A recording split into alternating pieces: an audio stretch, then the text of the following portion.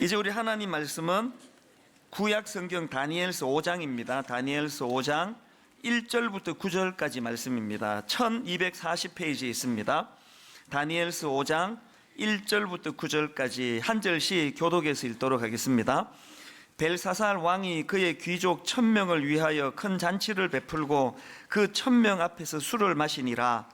벨사살이 술을 마실 때에 명하여 그의 부친 느부갓네살이 예루살렘 성전에서 탈취하여 온 금, 은 그릇을 가져오라고 명하였으니 이는 왕과 귀족들과 왕후들과 후궁들이 다 그것으로 마시려 함이었더라. 이에 예루살렘 하나님의 전 성소 중에서 탈취하여 온 금그릇을 가져오매 왕이 그 귀족들과 왕후들과 후궁들과 더불어 그것으로 마시더라.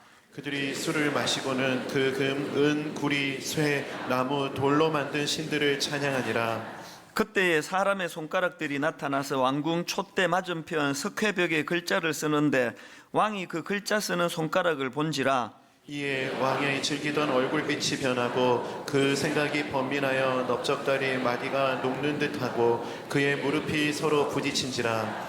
왕이 크게 소리 질러 술객과 갈대아 술사와 점쟁이를 불러오게 하고 바벨론의 지혜자들에게 말하되 누구를 막론하고 이 글자를 읽고 그 해석을 내게 보이면 자주색 옷을 입히고 금사슬을 그의 목에 걸어주리니 그를 나라의 셋째 통치자로 삼으리라 하니라. 그때 왕의 지혜자가 다 들어왔으나 능히 그 글자를 읽지 못하며 그 해석을 왕께 알려주지 못하는지라. 같이 읽습니다. 그러므로 벨사살 왕이 크게 번민하여 그의 얼굴빛이 변하였고 귀족들도 다 놀라니라. 아멘. 제가 그 구약의 인물 요셉을 부러워하는 포인트가 하나 있는데요.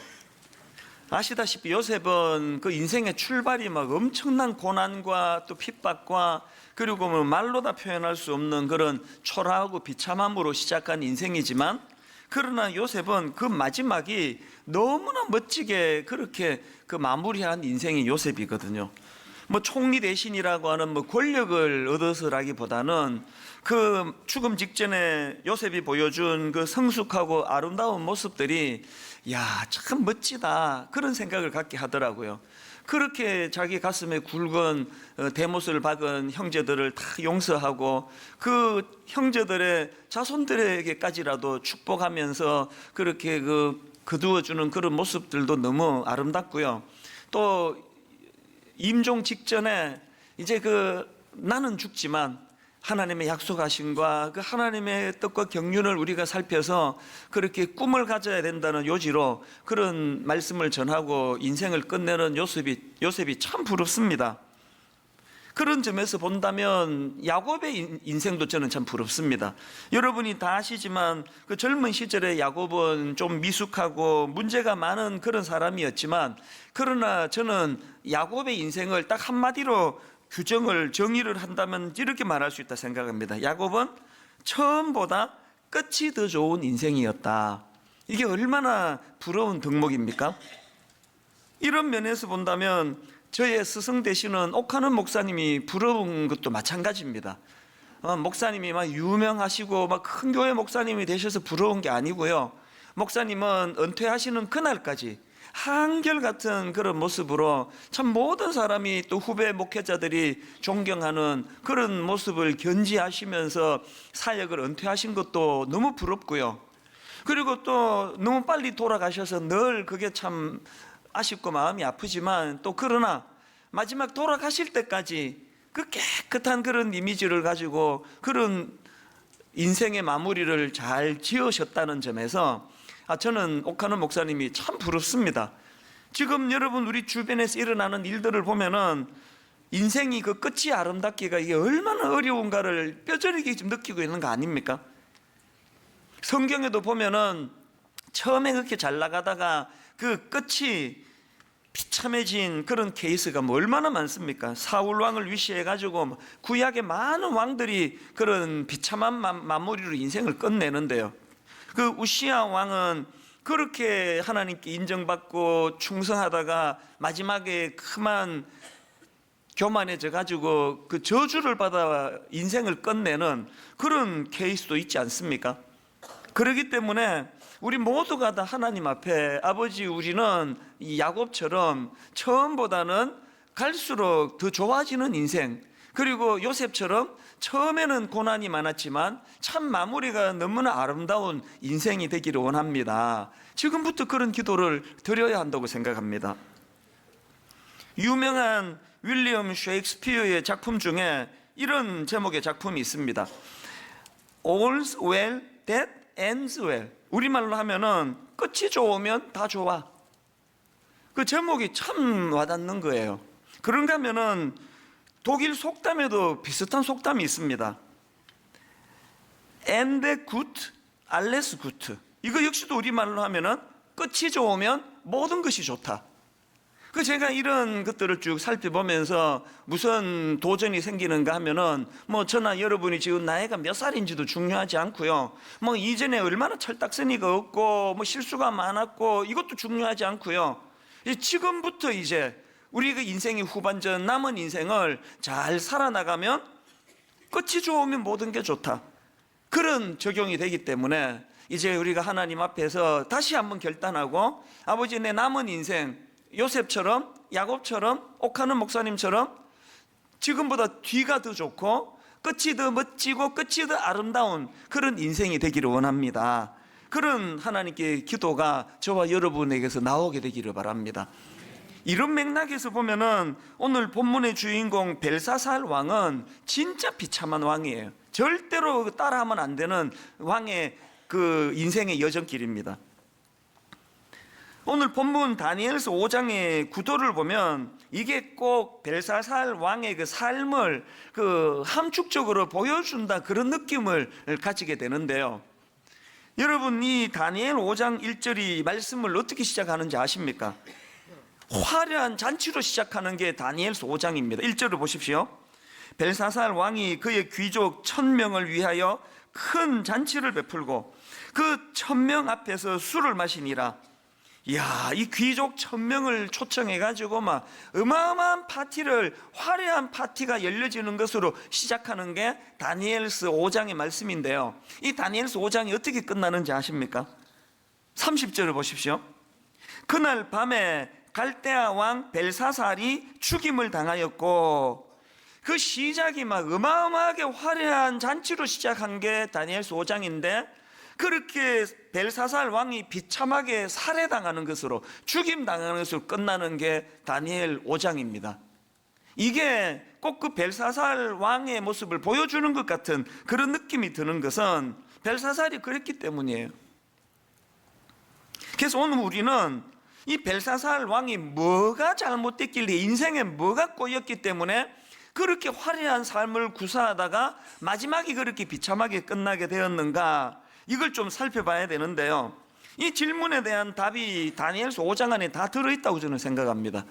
오늘 본문의 흐름이 이렇습니다. 배경을 보니까요, 이제 벨사살 왕이 귀족 1000명을 초청하고 잔치를 배설하고 그렇게 또 하나님을 조롱하고 그렇게 잔치가 벌어지는데 충격적인 일이 발생을 합니다. 5절을 보십시오. 그때에 사람의 손가락들이 나타나서 왕궁 촛대 맞은편 석회벽에 글자를 쓰는데 왕이 그 글자 쓰는 손가락을 본지라. 이 놀라운 일을 경험하고는 벨사살 왕이 주술가도 부르고 점성가도 부르고 이 도대체 이게 무슨 일이냐, 이 글자의 뜻이 뭐냐, 이게 뭘 의미하느냐, 이런 것들을 지금 수소문을 하는데 그 글자를 깨달아 해석하는 사람이 없습니다. 그래서 결국 다니엘을 불러가지고 지금 이 글자의 의미가 뭐냐, 이 해석을 좀 하라고 그렇게 부탁을 했더니 다니엘이 그 글자를 해석하기 전에 먼저 느부갓네살 왕의 그 교만을 언급을 하는 거예요. 자, 20절 21절이 그 내용입니다. 그가 마음이 높아지고 뜻이 완악하여 교만을 행함으로 그의 왕위가 폐한 바 되며 그의 영광을 빼앗기고 사람 중에서 쫓겨나서 그의 마음이 덜 짐승의 마음과 같았고 또 덜 나귀와 함께 살며 또 소처럼 풀을 먹으며 그의 몸이 하늘 이슬에 젖었으며 지극히 높으신 하나님이 사람 나라를 다스리시며 자기의 뜻대로 누구든지 그 자리에 세우시는 줄을 알기에 이르렀나이다. 우리 다니엘 4장 살펴볼 때 이 느부갓네살의 고난을 보지 않았습니까? 지금 다니엘이 그 이야기를 언급을 하고 있는데요. 그리고는 바로 그 다음에 하는 말이, 자 22절입니다. 벨사살이여, 왕은 그의 아들이 되어서 이것을 다 알고도 아직도 마음을 낮추지 아니하고 도리어 자신을 하늘의 주제보다 높이며. 아까 질문이 뭐였죠? 벨사살은 어쩌다가 그런 비참한 인생이 되었나? 그렇게 화려한 인생으로 살다 마지막에 그렇게 그냥 비참하게 살해당하는 것으로 그렇게 끝이 나버렸나? 이 질문의 답이 뭐라고요? 이것을 다 알고도 해요. 이것을 다 알고도. 교만해지면 윗대 왕 느부갓네살처럼 비참한 인생이 된다는 것을 보고 듣고 느끼고 다 해놓고 이걸 다 알고도 거기서 말씀을 깨닫지 못하고 똑같이 교만한 길로 갔던 이게 당신의 문제라는 거예요. 저는요, 여기 나오는 이것을 다 알고도라는 이 표현이 정말 어떨 때는 무섭습니다. 왜 무섭습니까? 지금 이게 벨사살을 망하게 한 포인트기도 하지만 오늘 현실을 한번 보십시오. 오늘 우리 주변에 이것을 다 알고도라는 이 말씀이 끊임없이 목격이 되어지는 현실 아닙니까? 음주운전.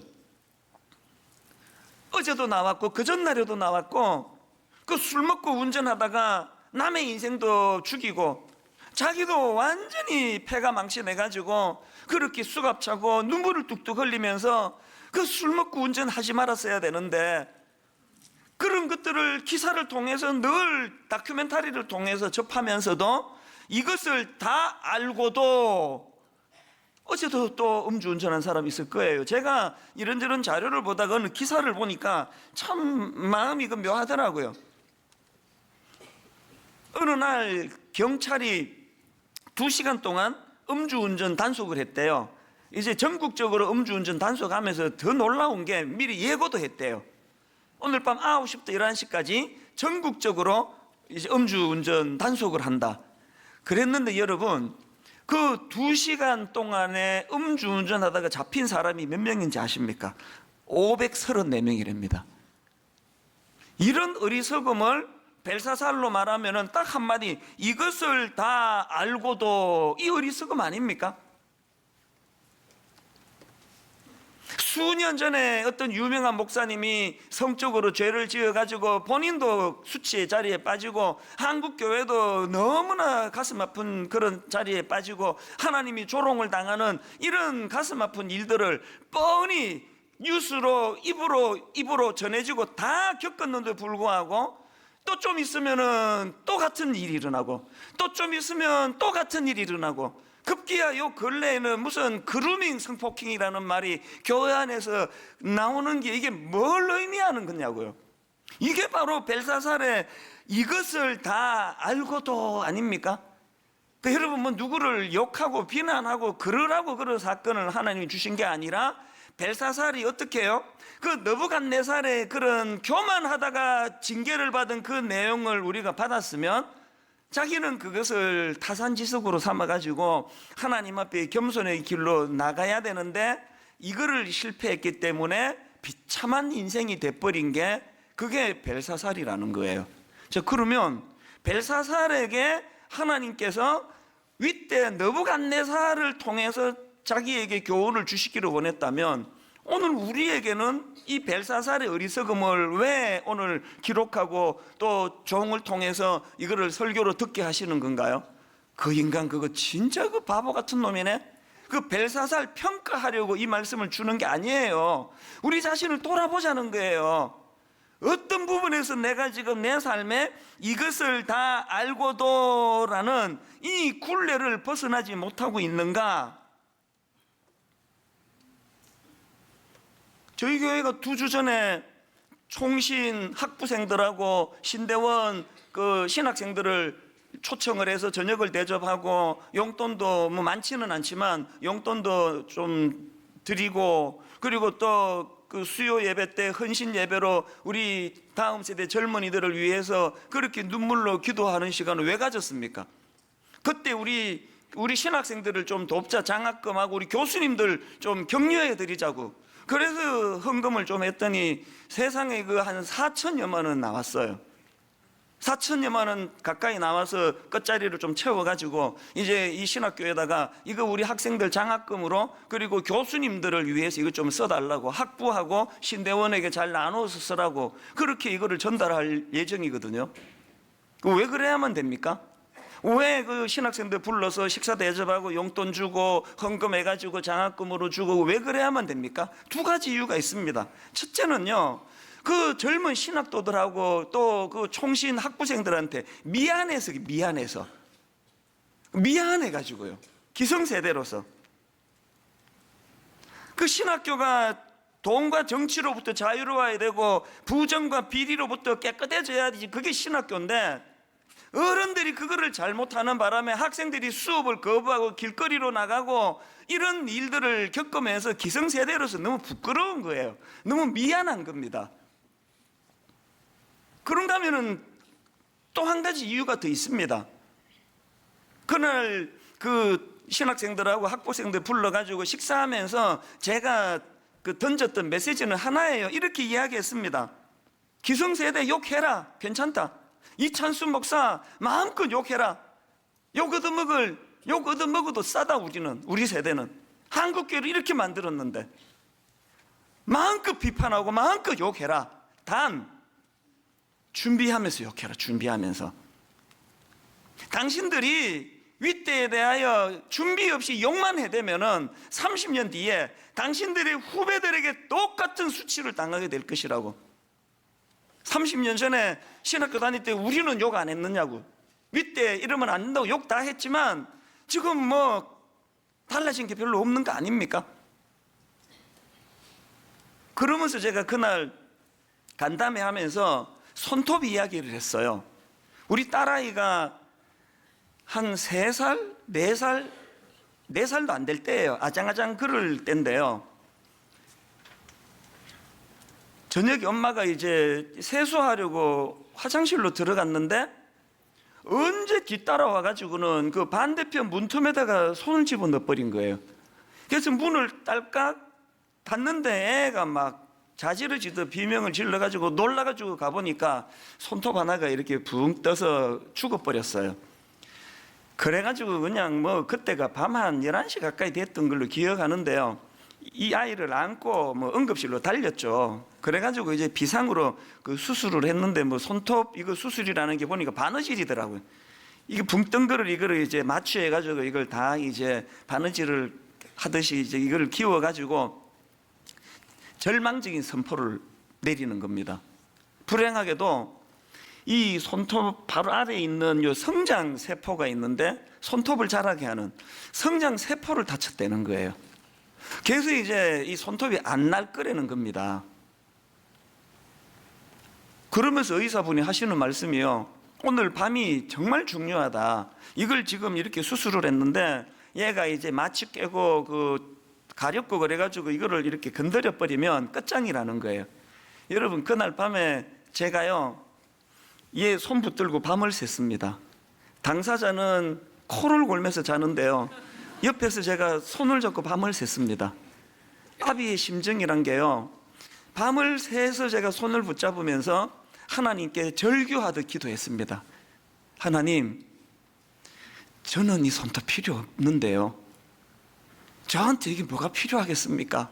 하나님, 이거 우리 딸한테 주세요. 하나님, 이 손톱 좀 필요 없습니다. 제 거 더 이상 안 나게 해주시고 내 손톱을 우리 아이에게 좀 주세요. 그 참 눈물 나는 기도 아닙니까? 그렇게 하루를 가장 긴 밤을 보냈던 기억이 지금도 선명합니다. 그게 87년, 88년 이야기예요. 우리 하나님이 얼마나 고마운지 제 손톱 안 뽑으시고 그 아이 손톱을 고쳐주셨어요.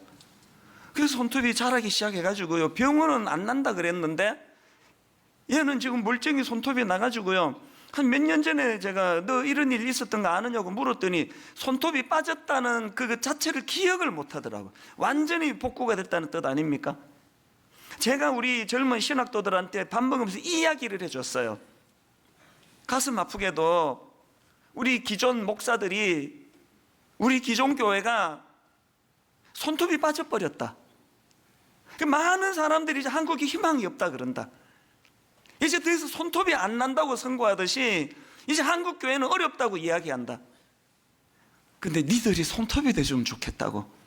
우리가 손톱을 이 지경으로 만들었는데, 그리고 세상 사람들은 이제 한국 교회 끝났다고 그렇게 비판을 하는데, 성령님의 은혜를 구하면서 너희들이 밑에서 손톱이 치고 올라와 주면은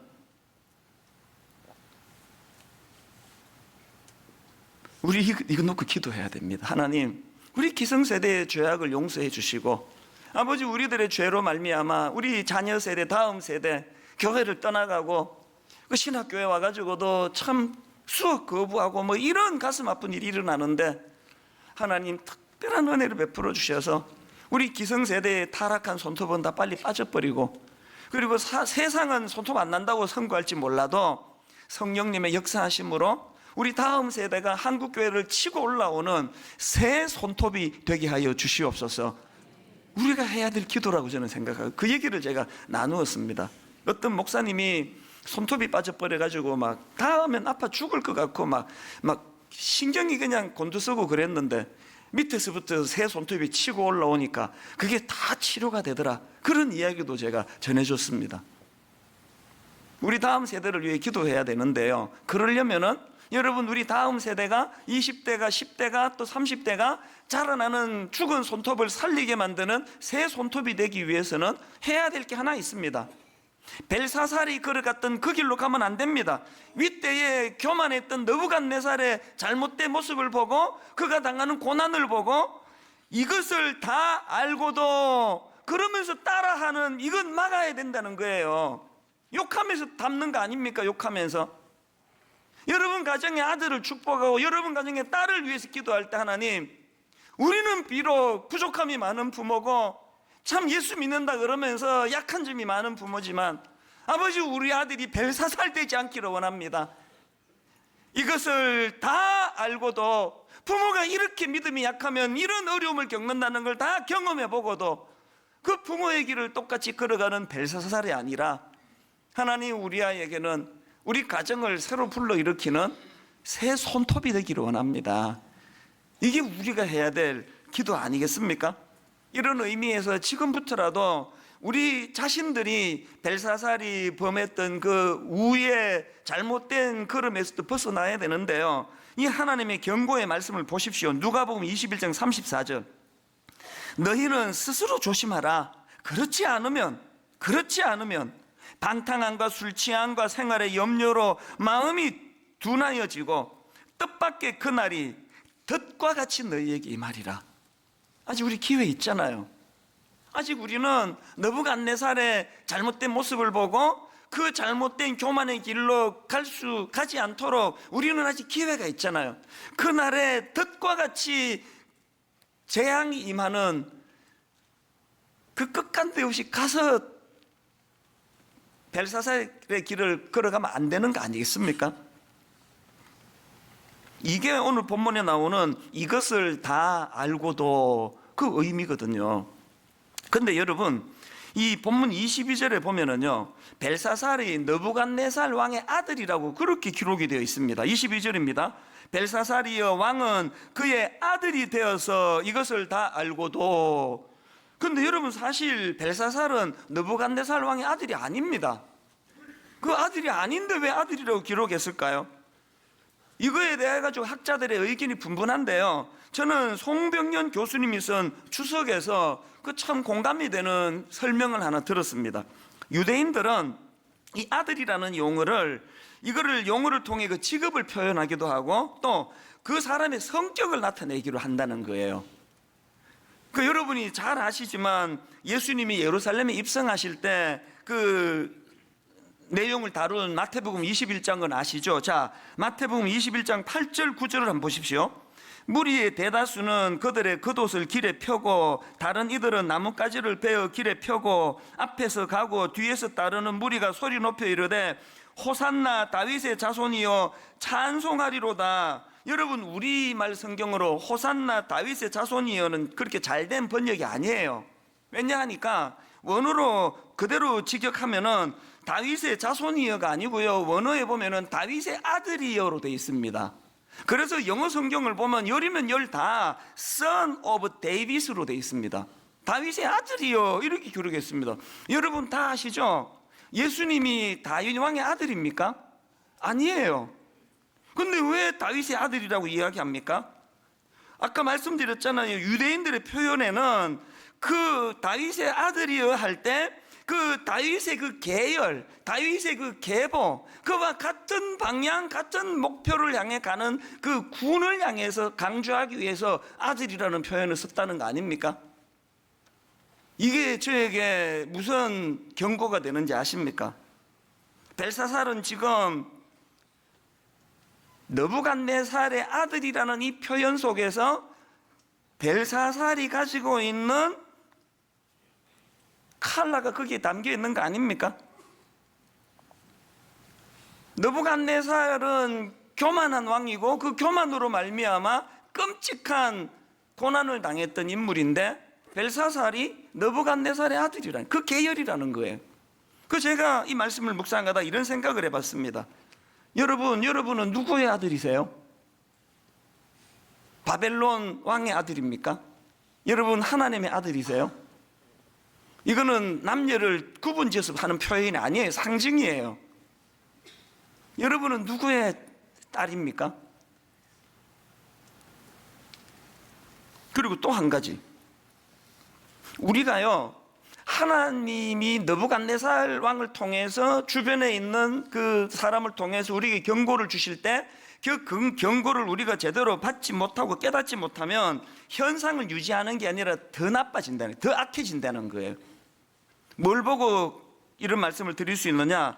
여러분, 자, 느부갓네살 왕의 경우를 먼저 한번 보십시오. 다니엘 1장 2절입니다. 주께서 유다왕 요야김과 하나님의 전 그릇 얼마를 그의 손에 넘기심에 그가 그것을 가지고 신할 땅 자기 신들의 신전에 가져다가 그 신들의 보물 창고에 두었더라. 이때 느부갓네살 왕은 금방지게 하나님의 성물을 탈취해 가지고 창고에 처박아뒀어요. 근데 벨사살은 거기다가 한술 더 떱니다. 자, 오늘 본문 다니엘 5장 2절 3절을 보십시오. 벨사살이 술을 마실 때에 명하여 그의 부친 느부갓네살이 예루살렘 성전에서 탈취하여 온 금, 은 그릇을 가져오라고 명하였으니 이는 왕과 귀족들과 왕후들과 후궁들이 다 그것으로 마시려 함이었더라.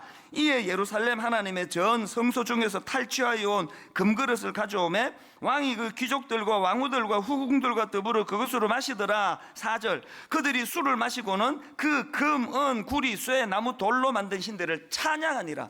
이때 느부갓네살의 교만은 감히 하나님의 성물을 빼앗아가지고 창고에 처박아두는 그런 악을 저질렀다면 벨사살은 한술 더 떠가지고 그 성물 갖고 와라, 하나님을 조롱하는데 술 따르는 술잔으로 그걸 쓰고 있다는 거예요. 뭘 의미하는지 아시겠습니까? 여러분, 우리가 교만한 자리에 빠져 있었는데 하나님이 경고의 말씀을 주실 때 그 말씀을 깨닫고 수용하지 않으면 제자리에 있는 거 없습니다. 더 포악해져요. 더 나빠져요. 초신자가 교회에서 해악을 끼치는 거하고 오래된 신자가 교회에서 해악을 끼치는 거하고 그 무게감이 다른 이유가 여기에 있는 거예요. 저는 우리 교역자들에게 자전거 이론이라고 제가 만든 거에 한번 그냥 그렇게 붙여봤습니다. 자전거 이론은 뭔가 하면은요, 나아가거나 쓰러져 있거나, 자전거는 중간에 서 있는 거 없습니다. 달려가거나 넘어져 있거나예요. 여러분, 우리가 느부갓네살 주변에 있는 상징적으로 느부갓네살 왕의 그 잘못된 모습을 하나님이 내게 주시는 경고로 받고 그것을 내 삶에 적용을 해서 교만을 꺾지 않으면요, 우리는 더 포악해져요. 더 교만하고요, 더 악해지고 예수 오래 믿은 사람일수록 더 나빠지는 이유가 여기에 있습니다.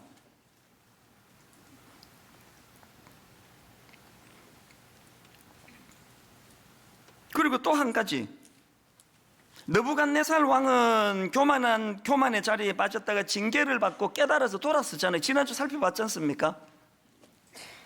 그런데 벨사살 왕은 끝내 돌이키지 않습니다. 그래서 망하는 거예요. 우리가 하나님 앞에 회복하고 은혜를 구하고 우리가 하나님 앞에 돌아서지 않으면 우리 자녀들은 우리보다 훨씬 더 어려워질 거예요. 그렇기 때문에 여러분, 전도서 12장 13절, 일의 결국을 다 들었으니 어떻게 해야 된다고요? 하나님을 경외하고, 하나님을 경외하는 게 뭔지 아시잖아요. 내 일상 삶 속에서 하나님을 두려워하는 거예요. 일상에서 내가 하나님을 두려워하면, 옆에 어떤 우리 동료 어떤 목사가 성적으로 죄를 지으면 그거를 가지고 그거를 비난하고 손가락질하는 거리로 쓸 게 아니라 하나님이 내게 주시는 경고다. 여러분, 주변에 어떤 집사님이 정직하지 못했다가 어떤 공경을 당하면 그 사람 욕하라고 여러분에게 주시는 거 아니에요. 그 메시지를 하나님이 내게 주시는 경고로, 그걸 내가 그렇게 받는 게 일상에서 하나님을 경외하는 사람의 태도고 모습입니다. 이게 왜 필요합니까? 오늘 본문 5장에 보니까 벨사살이 이제 벽에 쓰여진 손가락과 글씨를 보고 술사와 점쟁이를 불러가지고 이게 무슨 뜻이냐고 알려고 애쓰는데요, 그게 다 쓸데없는 짓이에요. 여러분, 이거 아십니까? 이미 손가락으로 글씨가 나오면은 해석이고 뭐고 없어. 그걸 끝이에요. 그게 25절부터 지금 다니엘의 해석을 한번 들어보십시오. 25절부터 한번 보십시오. 기록된 글자는 이것이니 곧 메네 데겔 우바르신이라. 그 글을 해석하건대, 메네는 하나님이 이미 왕의 나라의 시대를 세워서, 그 다음 보세요, 그것을 끝나게 하셨다 하며, 데겔은 왕을 저울에 달아보니 부족함이 보였다 하며, 베레스는 왕의 나라가 나뉘어서 메대와 바사 사람에게 준 바 되었다 함이니라 하니. 여러분, 꼭 기억하셔야 됩니다. 왕궁 촛대 맞은편 석회벽에 메네 데겔 우바르신이라는 글씨가 나타나면 이제 더 기회 없는 거예요. 뭐 분석하고 뭐고 필요 없습니다. 벽에 글씨 나타나기 전에 우리 주변의 느부갓네살의 모습을 보면서 우리가 하나님께 돌이키고 우리가 교만을 꺾고 그래야 되는 거예요. 그래야. 우리 아직 기회 있지 않습니까? 아직. 그래서 오늘 설교 제목이 제발 경고를 무시하지 말자. 제발 경고를 무시하지 말자. 주변의 느부갓네살 통해, 혹은 누가 그 음주운전하다가 그렇게 낭패를 봤다 그러면 그 자리에서 여러분이 어느 목회자가 성적으로 무너졌다는 이야기가 들려지면 그 자리에서 두려움을 느끼고, 하나님, 제가 뭘 더 조심해야 되는지 가르쳐 주시기 원합니다. 한 가지 말씀만 더 드리고 오늘 말씀을 마치려고 하는데요, 트리나 파울루스가 쓴 꽃들에게 희망을 아마 읽은 분이 많으실 거예요. 어른들이 읽어야 하는 그림 동화라 그러지 않습니까?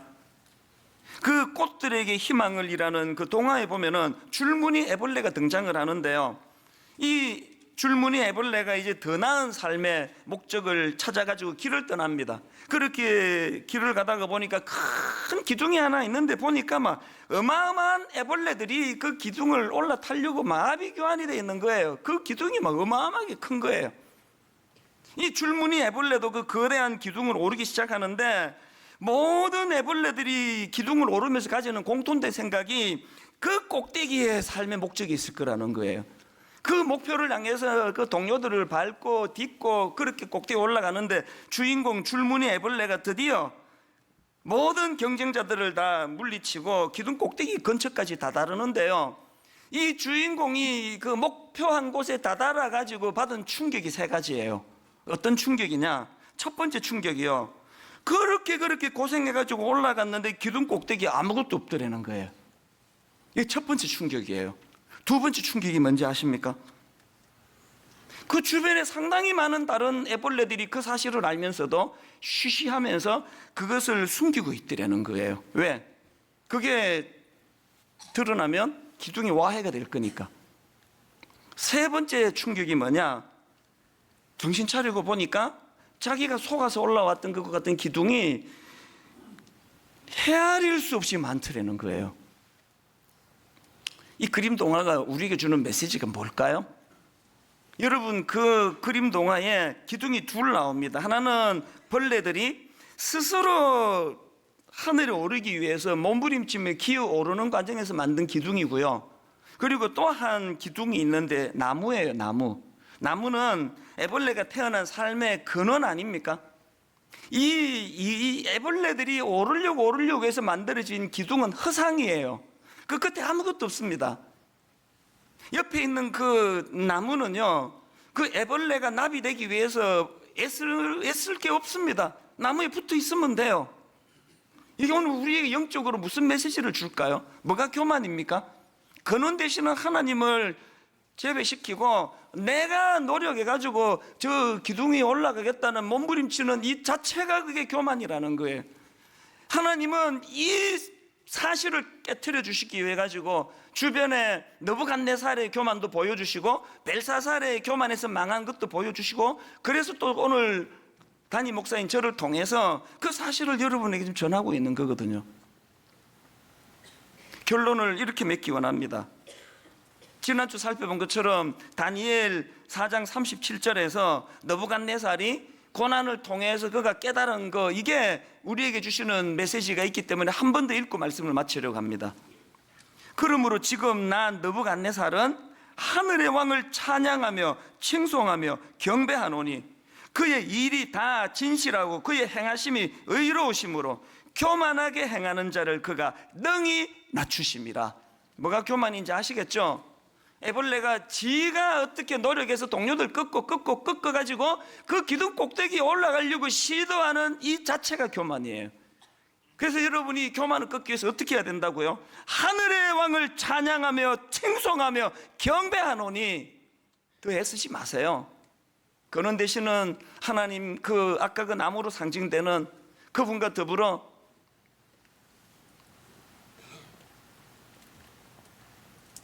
저는 오늘 이제 한 해가 점점 마무리돼가는 이 시점에서 나는 지금 그 신기루 같은 세상이 만든 가짜 기둥 아무것도 없는데 오르며 이 중에는 꼭대기 갔다가 허무에 빠진 분도 계실 거고 중간쯤 올라가지고 내 조금 더 노력하면 갈 수 있다고 전의를 불태우는 분도 계시고 할 텐데요.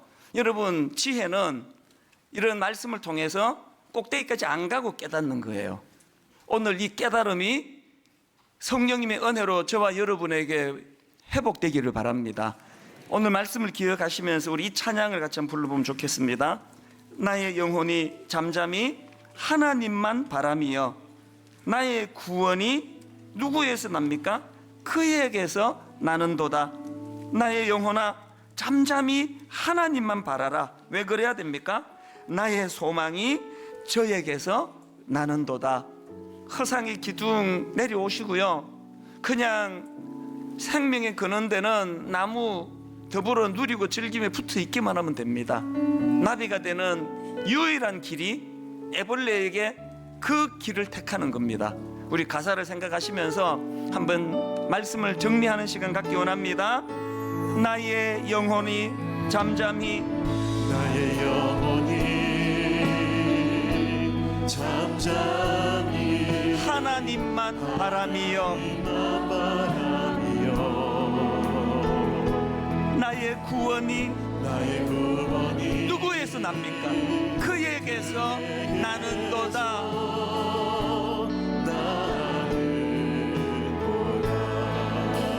나의 영혼아 잠잠히 하나님만 바라라. 나의 소망이 저에게서 나는도다. 그래서 이렇게 선포하기 원합니다. 오직 주만이 나의 반석, 나의 구원이시니 오직 주만이 나의 산성, 내가 여동치 아니하리.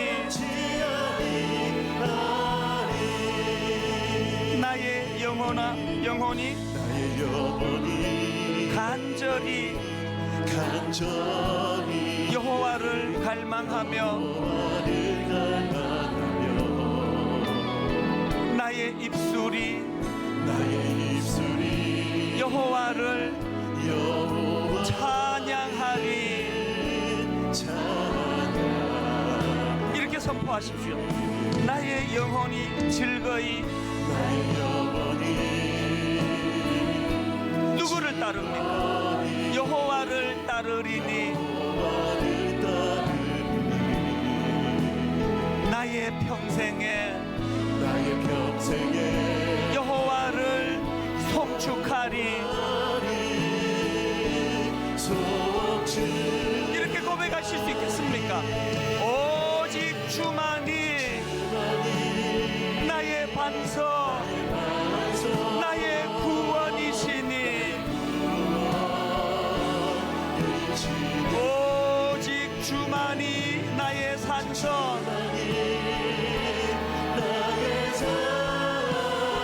내가 요동치 아니하리.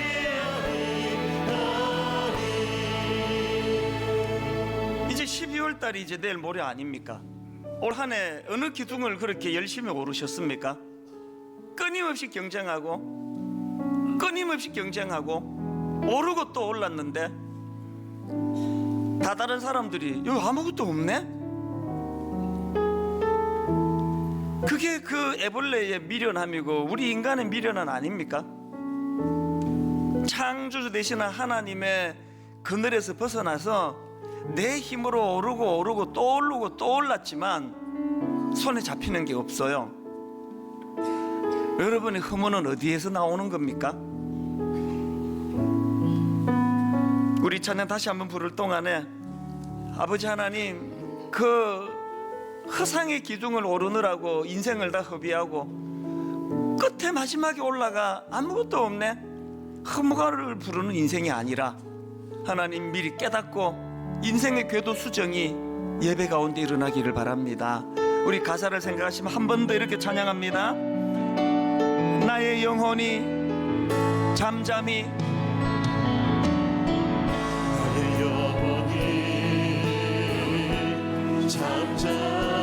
하나님만 바라며 나의 구원이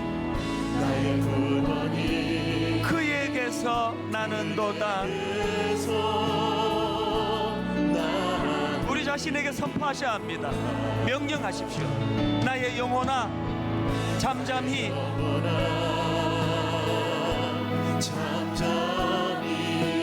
하나님만 바라라. 왜 그래야만 합니까? 나의 소망이 저에게서 나는도다.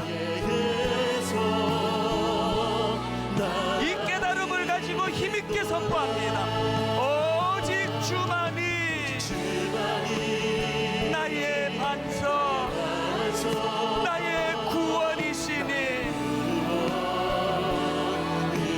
오직 주만이 나의 산성, 내가 요동치 아니하리. 나의 구원, 나의 영광, 나의 구원, 나의 영광 누구에게 있습니까? 하나님께 있으니 내 힘의 반석과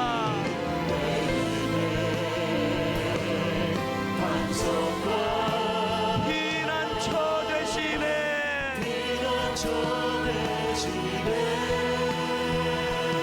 오직 주만이 나의 반석, 나의 구원이시니 오직 주만이 나의 산성, 내가 요동치 아니하리. 예,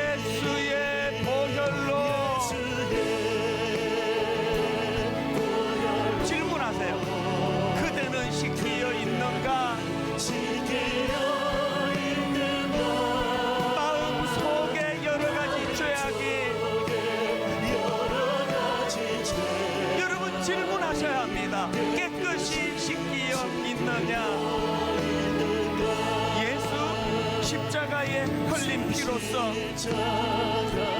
질문하세요. 그대는 씻기어 있는가? 더러운 죄 회개하는 능력을 여러분 질문하셔야 합니다. 그대는 참 의지하는가? 예수의 보혈로 질문하십시오. 그대는 씻기어 있는가? 마음 속에 여러 가지 죄악이 깨끗이 씻기어 있는가? 우리 다 자리에서 일어나셔서 주 예수와 밤낮으로 늘 함께 그대는 행동을 하는가? 여러분 질문하셔야 합니다. 아무 때나 어디서나 그대는 질문하세요. 십자가 붙들고 있는가? 예수의 보혈로 질문하십시오. 그대는 씻기어 있는가? 마음 속에 여러 가지 죄악이 질문하십시오. 깨끗이 씻기어 있는가? 우리 후렴 한 번 더 질문하며 나갑니다. 예수의 보혈로 그대는 씻기어 있는가? 마음 속에 여러 가지 죄악이 깨끗이 씻기어 있는가?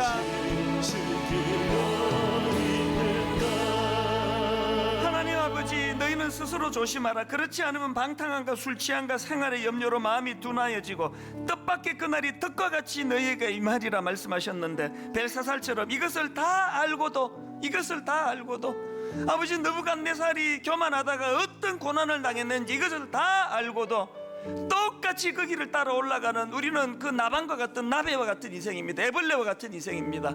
이 아버지 세상이 만들어 놓은 신기루 같은 거짓 기둥에서 벗어나기를 원합니다. 아버지 하나님의 나무에 붙어 있기를 원합니다. 주실 말씀을 기억하며 우리 통성으로 같이 기도하기 원합니다. 같이 기도하시겠습니다. 살아계신 하나님 아버지,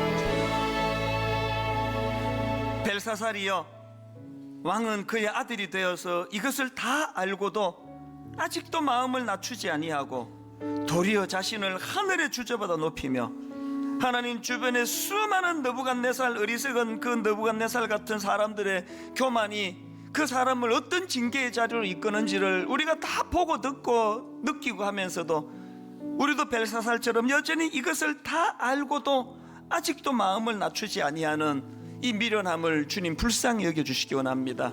기회가 사라지기 전에, 벽에 글씨로 나타나기 전에 느부갓네살, 주변의 느부갓네살의 어리석음을 보고 그것이 나의 타산지석이 되어 돌이키게 하는 도구가 되게 하여 주시옵소서. 이번 한 주간 그렇게 인도해 주셔 겸손의 자리로 나아가도록 은혜로 인도하여 주시옵소서. 우리 주 예수 그리스도의 은혜와 하나님 아버지의 다함 없는 사랑과 성령님의 감동, 감화, 위로교통 충만하심의 역사가 벨사살의 어리석음을 교훈으로 삼고 그가 갔던 길을 피하여 주님을 의지하는 겸손의 길로 나아가기로 다짐하며 예배하는 모든 주의 자녀들 머리 위에 지금부터 영원토록 함께 하시기를 간절히 축원하옵나이다. 아멘.